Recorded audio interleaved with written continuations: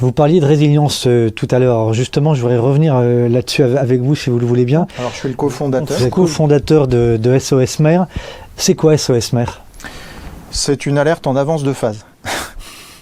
C'est-à-dire qu'on s'est projeté dans le temps. C'est-à-dire que nous, qui disons les choses que personne ne veut entendre, nous sommes aujourd'hui inaudibles, mais on se rapproche de plus en plus du moment où on va être audible. SOS Mer, jusqu'à maintenant, ça ne faisait pas sens. Pourquoi? Parce que, écoutez, les magasins sont pleins, c'est quoi ce SOS? Pourquoi il faudrait se méfier de la géopolitique? Me saoule pas avec ça, je pars en vacances, voilà. C'est à peu près la réaction des Français, et puis peu importe la catégorie socio-professionnelle. Il y a autant de déni en haut qu'en bas. Je dirais plus que en bas, ils ont tellement l'habitude d'être en bas de l'échelle sociale et à se débrouiller, qu'ils sont plus armés et ils comprennent mieux les choses de cet ordre, des bouleversements sociaux et même géopolitiques. Alors c'est pas dit avec des mots très savants, mais en tout cas on sent que les gens sont beaucoup plus au fait qu'il y a des choses qui bougent, parce qu'ils croient moins les médias. Voilà. Et on dirait qu'à l'inverse, plus ils sont éduqués, plus ça fait la carrière, moins on se pose de questions. Donc votre question à vous, c'était... SOS Mer. Oui, c'est une alerte en avance de phase, puisque on sait très bien qu'à un moment, ceux qui devront gérer, excusez-moi, le gros bordel, ce seront les élus locaux. Point. Parce qu'il semble évident, à vous entendre, que la population va se tourner vers le maire. Mais bien sûr, et c'est comme ça que ça se passe à chaque crise sporadique et locale. Je vais vous prendre le cas de Port-les-Valence. Port-les-Valence, c'est une petite commune dans le sud, et j'avais interviewé Geneviève Girard. Geneviève Girard, c'est donc la maire de Port-les-Valence, qui en 2019 avait vécu sur sa commune une forte chute de neige, laquelle avait fait plier des arbres. Ces arbres ont perdu leurs branches, les branches ont cassé, sont tombées sur des lignes électriques, et plus d'énergie. Plus d'énergie sur la commune. Plus d'énergie, plus d'eau au robinet. Pourquoi? Parce que les pompes qui alimentent le circuit d'eau sont électriques. Donc ça, ils ont tout vite trouvé des secours pour rétablir l'eau. Mais pendant plus d'une semaine, il n'y a pas eu d'électricité. Donc c'est tombé comme des dominos. Pareil, votre congélateur, votre frigo, ça dure quoi? Maximum 24-48 heures. Okay, donc au-delà de ça, vous perdez votre nourriture, donc il ne vous reste plus que des trucs en conserve, c'est pas toujours très agréable. Le volailler, lui, perdait ses volailles. Donc Geneviève Girard avait fini par faire une alerte sur Facebook. Monsieur Macron, au secours, on ne sait plus gérer. Mais ça, c'était sporadique. C'était sur une commune. Alors bien sûr, comme c'était passé à BFM en boucle, il y a des moyens qui ont été mis en place pour, après une semaine de pénurie, pour remettre l'électricité, et qu'on n'en parle plus de Geneviève Girard. Vous comprenez, c'est un peu désordre dans une puissance comme la France. Les fameux groupes électrogènes qui avaient été mis en place, le préfet pétait un câble. Pourquoi? Parce que les gens venaient pomper le carburant dedans. Vous voyez, c'est sur une commune. Avec les événements géopolitiques que nous vivons, là, ça risque d'être plusieurs communes à la fois. Quand vous avez un maire qui crie au secours et que ça rebondit dans les médias de masse, vous avez encore moyen de mobiliser. C'est ça. Mais si c'est 35 000 communes qui commencent à dysfonctionner, vous faites comment? Et ce qui est important de se rappeler, c'est Geneviève Girard qui me dit dans une interview que je faisais, j'en avais marre d'être le punching ball des administrés, qui ne sont pas du tout sensibilisés aux crises majeures. Ça, c'est un défaut de sécurité. Vous savez, la vraie sécurité, c'est là. C'est sensibiliser les populations aux crises majeures. Ce n'est pas fait. On ne veut pas affoler les populations, on ne veut pas... c'est une erreur grave, parce que la sécurité civile, donc c'est l'anticipation des crises majeures, sous-tend la sécurité publique. Ça veut dire quoi? Ça veut dire que si vous n'avez pas bien anticipé ce qui pourrait permettre les vivres, les secours à la population, mais même vos flics, vos gendarmes, vos militaires, s'ils commencent à manquer, ils ne vont plus obéir aux ordres. Donc le fameux continuum sécurité-défense, il est mort. Donc tout s'effondre. Mais tout se casse la figure. Donc la sécurité civile, je le répète, sous-tend la sécurité publique. Sécurité civile, c'est anticipation des crises majeures, c'est les maires qui sont chefs des opérations de secours, et la sécurité publique, c'est police, gendarmerie, police municipale, voilà. Et au-dessus, quand on relie tout ça, on fait le continuum sécurité-défense. Alors, qu'est-ce qu'il faut faire, Alexandre Boisson ? Il faut, quand on a, alors moi j'ai été formé, c'est dans mon, vraiment dans ma, c'est même dans ma personnalité, de gérer des crises. Mon métier, c'était quoi, moi ? Potentiellement de perdre la vie pour protéger quelqu'un, donc au détriment de ma veuve, de mes orphelins, pour protéger quelqu'un. Bon, quand j'ai claqué la porte de l'Élysée, c'était un vrai message. C'était un vrai message. Qui a été entendu, qui m'a valu toutes les emmerdes possibles. Ça continue, mais j'en suis fier. Ça continue ? Ah oui, mais bien sûr. Ça continue de quelle manière ? Vous avez, comme par hasard, des rappels de choses que vous n'auriez pas payées, mais que vous avez déjà payées. Enfin bref, c'est un volet trop long, mais si vous voulez, je vous donnerai toutes les pièces à conviction. Il n'y a pas de menace quand même. Si, c'est des menaces. Quand on est dans un monde d'argent, c'est-à-dire que si vous faites, si on vous prend tout, c'est mon cas, financièrement, vous ne pouvez pas vivre. Donc, je vous donnerai les pièces pour que vous voyez la mesure de ce qu'est un lanceur d'alerte digne de ce nom. Donc, vous continuez à payer les frais de votre départ sonore, j'allais dire. Ça s'est fait à bas bruit, hein. Je n'étais rien ni personne. Et de la position qui est la vôtre aujourd'hui, en tout cas des propos que vous tenez. Je continue à dire, envers et contre tous les carriéristes qui sont payés grassement pour protéger les gens et qui ne le font pas aujourd'hui, puisque on voit bien que la résilience alimentaire, ça ne rentre pas dans les plans de la mondialisation. La mondialisation fait fortune sur les flux tendus. Alors que la prudence, ce sont les stocks. Donc des trucs où on perd un peu d'argent parce que le stock, il faut le faire tourner. Bon. Donc tous ceux qui font carrière à obéir à des instances supranationales ou qui veulent briller auprès de leur chef sans se poser de questions, détestent le discours que je tiens. Ils détestent ça. Parce que tant qu'il n'y a pas de problème, déjà ils n'ont pas à bosser. Ils n'ont pas bossé, ils sont payés, non, nous on distribue les bons points, tout va bien, Madame la Marquise, alors que moi je suis un empêcheur de tourner en rond, donc je suis sanctionné administrativement pour ça. Et puis parce que, comme d'autres invités que vous avez vus, je sais nommer les personnes, c'est pour ça que j'invite aussi à lire le livre de Marquand de Welde, je sais nommer les personnes qui conseillent. Donc c'est en ça où ça agace certains qui font carrière. Mais toujours est-il que... Pour en revenir à ce dont on parlait, donc SOS Mère, qu'est-ce qu'on doit faire ? Qu'est-ce qu'il faut faire ? Vous devez, en tant que papa, si vous avez des enfants, des petits-enfants, peu importe, vous devez savoir ce qui est prévu sur votre commune. Vous devez savoir, c'est une obligation. Hein. Vous devez savoir comment sont organisées les choses en cas de grosse crise. Je vais prendre... Si elles le sont. Si elles le sont, mais elles doivent être prévues.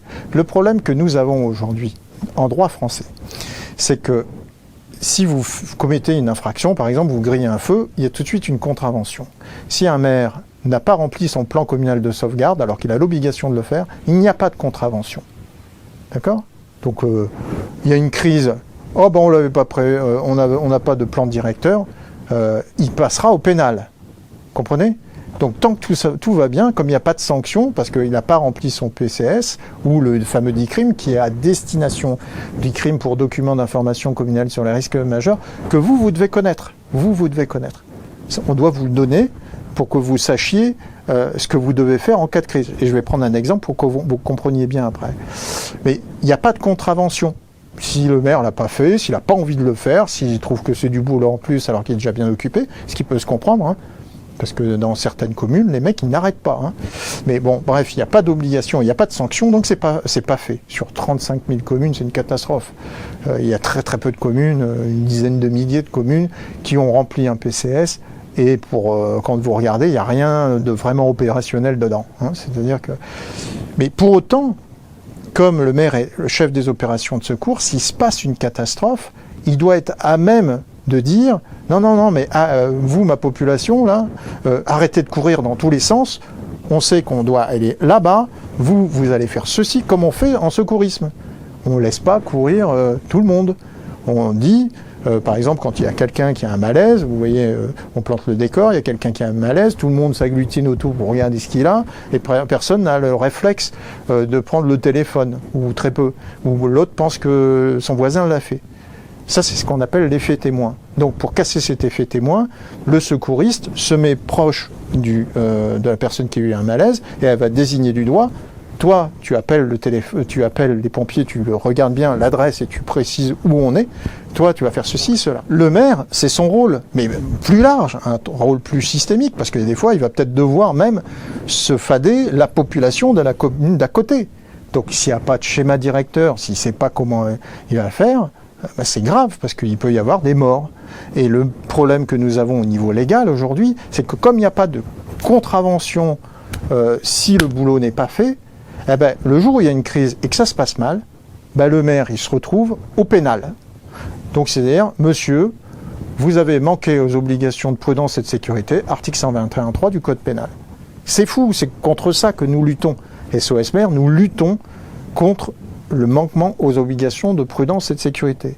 Et je dis que c'est une alerte en avance de phase, parce que nous, comme on s'intéresse, si vous regardez le profil des mecs qu'il y a sur SOS Maire, vous allez voir que c'est pas des CV de plombiers et de charcutiers, avec tout le respect qu'on a pour eux. On a un mec qui est cyberhacker, qui travaille pour beaucoup de services. Bref, on a des gens qui ont le calibre pour dire ce qu'on dit. Et comme nous travaillons sur la géopolitique, l'évolution des attaques cyber, nous travaillons sur plein de secteurs, tous azimuts, on est capable de dire, à un moment, ça va basculer. À un moment, ça va vraiment mal fonctionner. Pourquoi ? Parce que Wagner est en Afrique et est en train de placer ses systèmes de défense S-400 à tel endroit, donc au bout d'un moment on ne pourra plus y aller, nous les Français, malgré ce que nous disent des gens avec une rosette là et qui disent que tout va bien. Non. La situation est assez grave aujourd'hui. Donc il faut absolument que les maires entendent. Bien sûr qu'on est rendu inaudible. Pourquoi ? Parce qu'on casse le business de la mondialisation. Et en plus, c'est pas notre intention. Nous, ce que nous voulons, c'est être des régulateurs. Mondialisation, pourquoi pas ? C'est vrai qu'on va... nous, on travaille beaucoup sur l'écologie. On est d'accord. Mais relocaliser, par exemple, de l'alimentation, ça fait de l'écologie, puisque vous créez des circuits courts. Mais on ne va pas relocaliser des bananes. On n'en a jamais fait en France. En France, aux Antilles, oui, mais je veux dire par là, sur le territoire métropolitain, on ne fait pas de bananes, on ne fait pas de cacao, on fait pas de... Il y a plein de trucs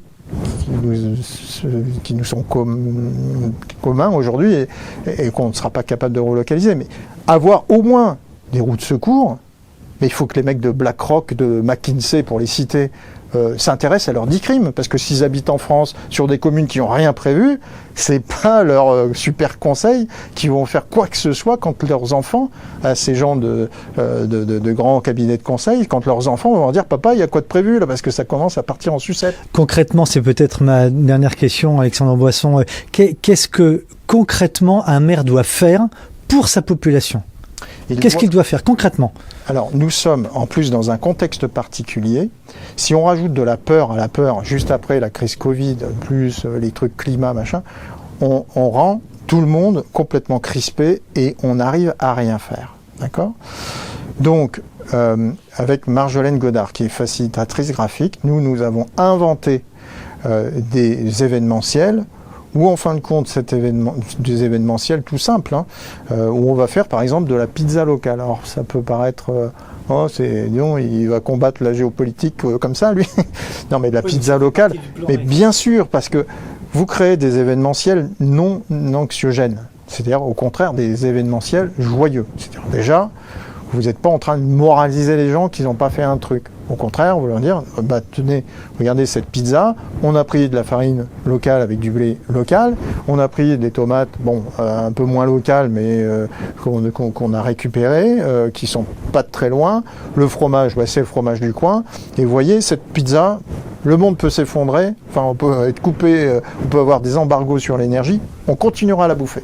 Donc c'est l'organisation notamment alimentaire locale, en s'appuyant évidemment sur les spécificités locales se et les mettre compétences. à table, c'est ce qui permet de dialoguer. Se mettre à table, c'est là où vous allez faire la politique locale. C'est-à-dire, c'est là où vous allez commencer, de manière non anxiogène, même de plus conviviale, de casser ces fameux silos. Voir comment on pourrait s'organiser pour manger plus local. Continuer à manger ce qui vient des quatre coins de la planète, c'est pas un problème, mais à un moment, il y a une rupture d'habitude, d'approvisionnement. On n'est pas en train de crever de faim. Ça, c'est le principe. Alors qu'aujourd'hui, on est dans une équation où on sera en train de crever de faim et la boîte de conserve pourrait coûter plus cher que le sachet de coke. Donc autant vous dire que les armes dont on a parlé tout à l'heure, elles sortiraient. Est-ce que dans ce plan, le maire a l'obligation de, alors vous allez nous expliquer comment, de protéger physiquement sa population locale? Mais bien sûr. Et si oui, comment? Il doit justement anticiper. C'est clair, c'est net, c'est précis. C'est qu'il doit anticiper les crises majeures. Alors, il y a aujourd'hui, c'était jusqu'à 2021 à peu près, c'était cantonné aux risques technologiques et risques naturels.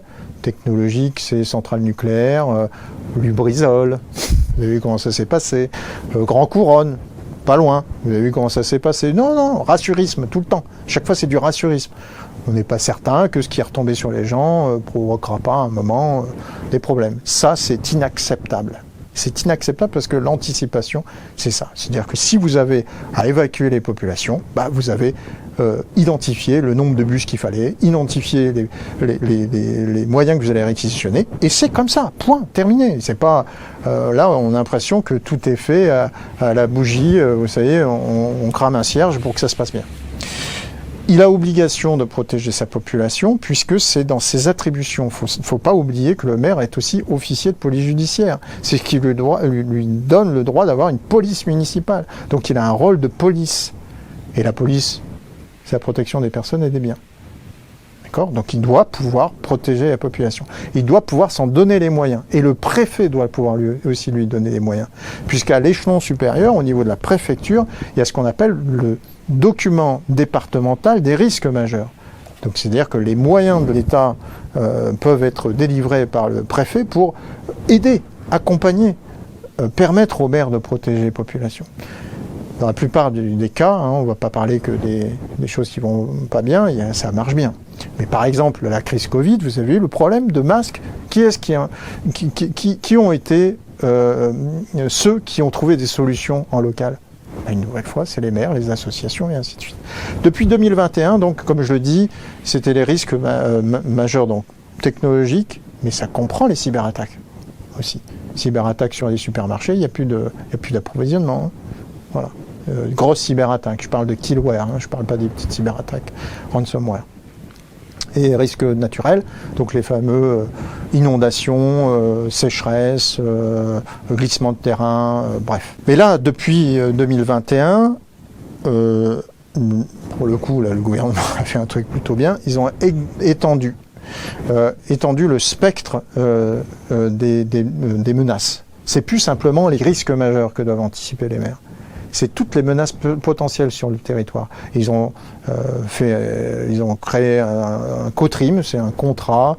Je ne saurais plus exactement vous redonner toutes les lettres de l'acronyme, mais la signification de l'acronyme, mais c'est contrat territorial sur les risques majeurs. Donc là, on n'est plus seulement sur les risques connus, bien spécifiques, qu'on a déjà vécu sur une commune, il y avait eu le débordement de la rivière locale ou du fleuve local, bref. Là, on est maintenant sur voire plus large. Donc, on sent bien quand même qu'à un certain niveau, ils comprennent que le monde change très fort et que les menaces vont devoir être mieux anticipées. C'est plus seulement les risques, c'est les menaces. Les menaces, c'est plus large. Les menaces, ça peut être des troubles sociaux aussi. C'est ce que vous essayez de faire sur la commune de Bolène actuellement ? Alors Bolène, c'est vraiment pour moi une réussite de cette frange des Gilets jaunes et locales qui ont cherché à mettre en place le RIC. Le fameux. C'est un lien entre voilà, mettre en place. Voilà, c'est-à-dire qu'il ne faut pas aller chercher là-haut, parce que je dirais que tant qu'on ne s'intéresse pas aux conseillers qui conseillent, ben on passe à côté du pouvoir. Il faut chercher en bas, et en bas, c'est plus puissant qu'en haut. Hein, la population n'en a souvent malheureusement plus conscience. Puis il y a trop de gens qui viennent brouiller le message pour dire non, mais et c'est à dessein. Hein, il y a tous les businessmen en ce moment du buzz, les commentateurs regardez comment ça va mal, on vous explique pourquoi. Bref, c'est profusion de commentateurs de l'actualité, mais très très peu de légion de proposeurs de solutions. Voilà, c'est à chaque fois ça dénonce, ça fait du buzz, ça fait des cagnottes, mais aucune solution. Au contraire. Pour moi, c'est devenu gênant parce que c'est des gens qui font de la programmation prédictive. C'est-à-dire qu'on vous dépeint un monde où vous ne pourriez rien faire. Regardez, ils ont encore fait ça, on vous l'avait dit, ça avance encore plus, l'agenda. Bah oui, bah alors qu'est-ce que tu fais pour empêcher cet agenda? Ils servent finalement les intérêts des mondialistes et des... mais bien sûr, mais nous sommes tous mondialistes. Si on ouvrait nos ventres et qu'on regardait ce qu'on est en train de digérer, je suis sûr qu'on n'a pas beaucoup de producteurs locaux dans le bidon. On a de la marque industrielle, laquelle profite à qui? À Vanguard Group, donc le fameux top 3 là, de la mondialisation. C'est toujours les mêmes familles qu'on retrouve. State Street, et voilà, c'est ceux qui tiennent toute notre bouffe aujourd'hui. Donc, si on veut vraiment être cohérent et lutter contre le nouvel ordre mondial, consommons local. Mais pour consommer local, il faut créer les solidarités pour consommer local. Parce qu'aujourd'hui, consommer local, c'est pas à la portée de toutes les bourses. Alors, je voudrais qu'on revienne à Bolène, peut-être pour finir. Justement, donc c'était une parabole pour arriver à ça. C'est-à-dire que ces gens ont enfin compris, cette frange des Gilets jaunes a enfin compris qu'ils avaient le pouvoir. Et donc, le pouvoir se retisse entre l'élu local, qui est le vrai représentant du peuple à l'article 3 de notre Constitution, puisqu'il est en prise directe avec sa population, qui lui dit « on veut qu'il y ait le RIC ». Bon, alors le RIC, c'est un super outil, mais ceux qui ont conçu le RIC ont conçu une sorte de piège heureux, hein, c'est pas un mauvais piège, mais parce que est-ce qu'on a envie de décider? C'est la question à se poser aujourd'hui. Est-ce que le citoyen consommateur a envie de décider vraiment? Moi, je connais très bien Étienne Chouard. Étienne Chouard, qui depuis des années fait ses ateliers constituants. Qu'est-ce que ça a constitué aujourd'hui? Mais je suis avec lui, je suis complètement avec lui. Mais il faut réapprendre à décider de ce qu'on veut. L'intérêt général, c'est pas à des cabinets de conseil de le décider pour nous, parce qu'ils vont décider de leur intérêt général, de leur intérêt général à eux, pas du nôtre. Donc, ce qui est très très bien avec ces gens qui s'étaient appelés pendant un temps Brigade d'e-crime, puis bon, ça s'est arrêté, mais qui ont lancé une impulsion. Il y a eu une promesse électorale du maire de Bolène qui avait dit si je suis élu, vous aurez le RIC. Il a tenu promesse, donc comme quoi il n'y a pas que des élus qui mentent. Hein. Et en plus de ça, ils ont débloqué un budget de 150 000 € pour des projets qui soient tournés vers la résilience alimentaire et l'écologie en général. Quoi par exemple? Justement, c'était un appel à projet aux citoyens qui veulent décider. Donc il y a eu, on va y participer de toute façon, là avec SOS Maire, justement la mise en place de la résilience alimentaire avec justement la première brique de la résilience alimentaire, c'est la justice sociale. La justice sociale, c'est faire que tout le monde mange à la gamelle. Parce que le discours écolo-bobo, il est contre-productif de l'écologie. Ceux qui disent non mais il faut manger local, oui mais avec quelle bourse? Quand vous avez des foyers qui ont moins de 203 € par mois pour manger, croyez qu'il va pouvoir aller s'acheter un cajot chez le producteur local qui va lui coûter rien que le cajot 15 €, il fera pas une semaine avec? C'est pas possible. Donc il faut absolument que la justice sociale soit au centre de la résilience alimentaire. Mais c'est ce qu'a fait déjà Montfermeil. À Bas-Brouilly, ils ont fait leur truc et c'est ce qui a fonctionné. Montfermeil, pour faire que et je reparle de Bolène juste après, hein, mais c'est pour faire la connexion entre les deux, pour que les gens décident, ils ont ouvert la médiathèque, ils ont permis le troc de graines. Et du troc de graines, ils ont commencé à semer ces graines dans le jardin de la médiathèque, qui est devenu un jardin en permaculture. Ils ont permis l'apiculture, donc la culture l'élevage d'abeilles, pardon, l'élevage de poules. Et de là, la cohésion citoyenne a fait ils sont venus à faire donc de la résilience alimentaire à une très petite résilience alimentaire, parce qu'à Montfermeil, vous n'avez pas les terrains pour nourrir toute la population. Mais à créer des partenariats avec des villages du 77 pour toujours réfléchir à comment on peut relocaliser de l'alimentation, et ça en est allé jusqu'à l'urbanisme. C'est-à-dire qu'une fois que les citoyens, les administrés d'une commune ont compris comment ça fonctionnait, qu'ils avaient un vrai pouvoir, qu'on les écoutait, qu'ils pouvaient venir au conseil municipal et dire ce qu'ils avaient à dire de constructif, parce que c'est pour gueuler, ça tout le monde sait faire, c'est facile. Mais ce qu'ils voulaient faire, du coup, Montfermeil s'est relevé, et la cité des Bosquets à Montfermeil, celle qui flambait en 2005, tout le monde veut y habiter aujourd'hui. Il y a un jardin au milieu de la cité des Bosquets qui a été reconstruit. Donc ça, c'est pour parler d'urbanisme. Donc Bolène prend cette voie, et voilà, on commence à nous aussi faire un effet domino de gens qui arrêtent de sortir de l'impuissance apprise dans laquelle ils se sont enfermés, alors tant parce qu'ils en ont marre de ce que veulent ces grands décideurs internationaux avec leur nouvel ordre mondial, que les commentateurs de « Ah, vous avez vu, ils sont trop puissants, ce nouvel ordre mondial, ils vont nous passer encore ça et ça ». Tout ça, c'est de l'impuissance apprise, pardon. On vous dit que vous n'y pouvez rien. Je suis désolé, il faut se retrousser les manches et y aller. Et Bolène va faire ça aussi. En fait, on empêche la population d'agir, de penser et d'agir, parce qu'on lui dit sans nous, vous n'êtes pas capable de vous en sortir. C'est un peu ça, en fait, la mondialisation. Elle s'auto-bloque aussi. Faut dire que c'est une relation de maître à esclave, en gros. Il y a un peu les deux. Les deux sont consentants dans les trucs SM. Il y a un peu ça en politique aussi. C'est-à-dire, oui, mais regardez, moi j'ai proposé ça une fois, puis ils m'ont dit non, donc j'arrête tout. Non, il faut un peu de contenance, et puis on sait très bien que ça se fait pas en 5 minutes. Les choses ne se font pas en 5 minutes. Il faut un peu d'insistance. C'est ce qu'a démontré l'expérience de Bolène. Bolène, et ils y sont allés plusieurs fois. On ne va pas une fois en mairie dire voilà, il faudrait faire ci, puis on se casse, et puis tout se fait. Non, c'est faux. Il faut y aller, il faut insister, il faut montrer des projets clairs pour que des gens qui sont déjà super occupés, les maires et les élus, sachent si ça vaut le coup d'y aller, parce qu'il y a des projets fantaisistes aussi. Mais la démonstration de Bolène, c'est ça, c'est la cohésion entre des gens qui veulent quelque chose et une mairie qui ouvre ses portes pour arriver à ce quelque chose.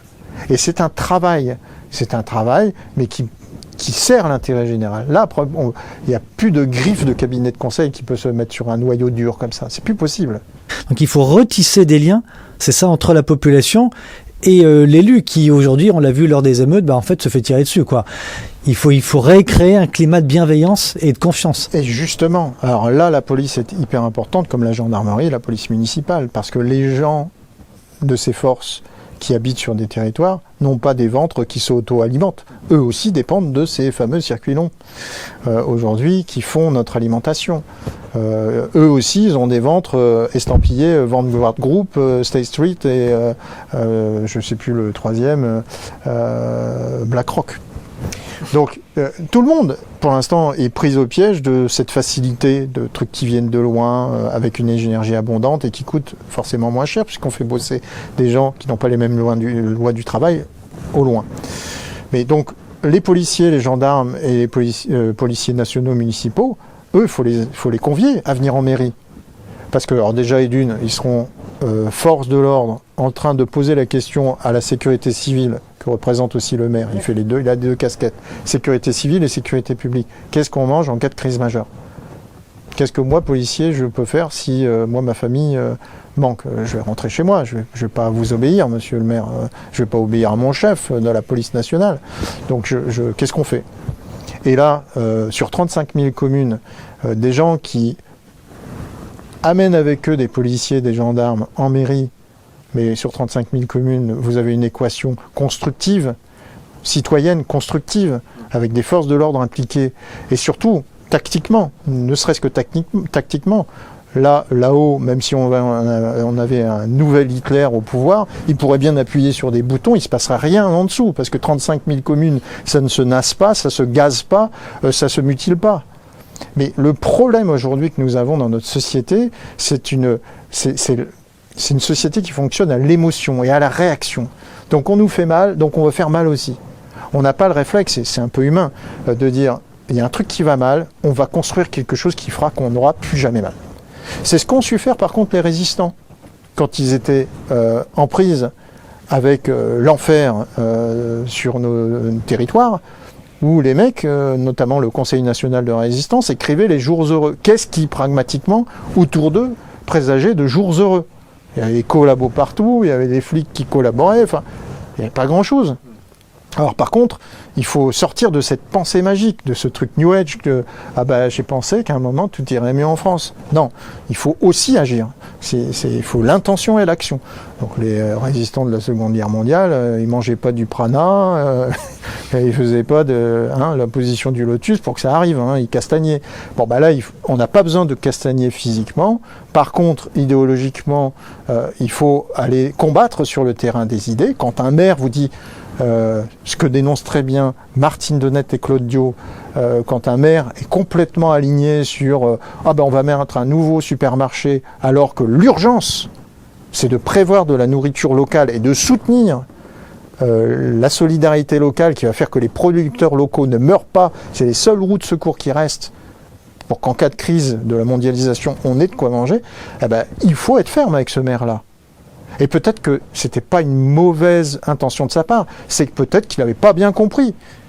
Pas bien compris que, non mais on est dans un monde qui évolue, le maire il n'a pas le temps de faire la géopolitique, Le maire il rentre chez lui, il regarde un peu, comme tout le monde, la plupart de la population s'informe encore avec des médias menteurs, voilà, des médias menteurs, des gens qui nous vendent, parce qu'ils sont dans les mains de milliardaires ou d'idéologues, une vision du monde, et peu importe si cette vision du monde n'est pas pragmatique, ils s'en foutent, eux, c'est des commerçants. Et si vous avez un média, vous faites de la pub à votre monde, vous ne faites pas de la pub à ce qui va vous casser votre business. Bon. Donc le message, c'est la population, les collectivités locales, la population ne sont pas suffisamment préparées, et il est grand temps de s'y mettre. C'est vital de s'y mettre. Le scénario du pire, il y en a plein qui l'ont théorisé, les survivalistes les premiers. Moi, je n'adhère pas à ça. Et pourquoi je n'adhère pas à ça? C'est peut-être un déni de ma part, mais moi, pour faire mon métier de protecteur de président, j'ai dû être tireur haute précision, tireur qualifié, donc fusil à lunettes. Bref, j'ai quand même certaines compétences. Bon, je suis désolé, même si on se met à 10, avec des forces spéciales, avec nos familles, dans un enclos et qu'on a plein de bouffe, c'est pas pareil d'intervenir en compagnie d'intervention que d'être avec son gamin qui tire le bras au moment où il faut tirer sur le mec qui arrive parce que c'est le chaos et c'est l'attaque de zombies, vous comprenez? Je sais pas si je suis très clair, mais cette vision où nous on va s'en sortir et puis les autres vont crever, mais qu'est-ce qu'on promet à nos enfants? En fait, c'est l'entretien pour vous d'un système. C'est un business, une nouvelle fois, ça vend du bouquin, ça vend des trucs de survivalisme, alors qu'il y a un truc, moi je suis rentré dans la police et j'en suis sorti pour la même chose, la vocation. Force doit rester à la loi. Il y a un truc, on doit anticiper les crises majeures, que ça plaise ou non au cabinet de conseil, il faut des stocks. Point. Terminé. Et il faut de la solidarité. Notre pays, on ne va pas le laisser s'autodétruire parce qu'il y a des mecs là-haut qui se sont dit mais c'est bon avec nos médias, on prend tout le monde pour des moutons et on les envoie à l'abattoir. Ça marche peut-être sur une grande partie de la population, mais je ne sais pas pourquoi ça se passe comme ça en France. Il y a toujours une partie sur laquelle ça ne marche pas. Et cette partie est déterminante. Si on écoutait certains, avec leur plan mondial, on serait tous avec 4 doses et des passes QR code. C'est advenu? Non. Pourquoi? Parce qu'il y a des gens qui ont résisté, qui ont utilisé la loi, qui ont dit, quand ils étaient victimes de trucs, qui se sont fait entendre. Et force doit rester à la loi. Donc moi, je reste sur ma ligne depuis le départ. Hein. Je suis rentré dans une institution que j'ai quittée pour la même chose, au même titre qu'Alexandre Langlois, le respect des règles. Parce que les règles, c'est quoi ? La loi, c'est quoi ? C'est le vivre ensemble. La loi, c'est pas le tabassage. La loi, c'est le vivre ensemble. C'est le fait que vous ayez des libertés qui s'arrêtent à la frontière des miennes. Et donc, c'est ce qui fait qu'on n'est pas obligé d'être copains. C'est ça la société. La différence de la communauté, on a toujours un peu de lien, soit familial, soit ethnique, peu importe. Mais la communauté, c'est beaucoup plus difficile à gérer, paradoxalement, qu'une société. Une société, c'est des gens qui peuvent pas se blairer, mais qui, parfois, ou qui s'entendent bien, peu importe, ou qui sont complètement indifférents les uns envers les autres, mais qui, de toute façon, ne peuvent pas franchir une limite, et qui est une limite protectrice de l'intérêt général, de tous. Eh bien ça doit rester. Ça doit être crucial. Et les petits malins qui font du conseil pensant qu'ils vont tout se permettre et qu'ils vont échapper à la loi, je pense que... Non, vous parlez des autres, oui. Je parle du haut de la pyramide. Je pense qu'ils n'ont pas compris la vague, le tsunami qui leur arrive. Parce que ça va devenir un état de nécessité que de ramener de la cohésion sociale à travers la loi. Donc ils sont très très mal mis. Là, ils se sont très très mal mis. Ils ont eu l'habitude, comme des enfants gâtés, que tout passe, mais dès qu'il y a une reprise en main de la population autour des questions de l'égalité, tout change. Hein. Je prends souvent cet exemple. Il y a deux choses que je veux dire. La justice, c'est une balance bénéfice-risque. D'accord ? Faut pas oublier que les magistrats eux-mêmes, pour moi en avoir protégé dans ma carrière, ils sont aussi en prise avec les mafias. Quand tout le monde se fout de la loi, les mafias sont plus dangereuses que la population. Donc les réseaux mafieux, plus tendance à tirer leur épingle du jeu. Quand la population en a marre et elle se dit non, maintenant c'est terminé, que le balancier de l'histoire bascule, là, le bénéfice-risque, c'est où il faut être du côté de la population, et les mafias, la population va s'en occuper. Je prends pour exemple 1944-1945. Est-ce que vous pensez que tous les juges ont changé ? Ouais, c'est une bonne question. Non. Ce n'est pas tous les juges qui ont changé. Par contre, ils ont compris que là, le vent tournait. Donc là, les petits malins qui ont fait des actes d'hostilité, ça c'est l'article 411.4 du Code pénal, sur notre territoire, ils ont vraiment du souci à se faire. Parce qu'il va y avoir une... C'est même pas l'éveil des consciences des populations naturelles. Ce qui va déclencher cet éveil des consciences, c'est les phénomènes exogènes, c'est la géopolitique, le monde qui bouge, qui va dire « Oh là là, oh, c'est quoi ce bordel d'un seul coup, notre facture qui flambe, c'est quoi ce foutoir ?» Et là, mouvement gilet jaune plus, et mieux réparti. Mieux réparti. Donc, notre monde bouge, c'est passionnant. Mais je vous dis, faut que force... Il faut anticiper. Voilà. Merci beaucoup Alexandre Boisson, c'était passionnant. Merci. Merci à vous.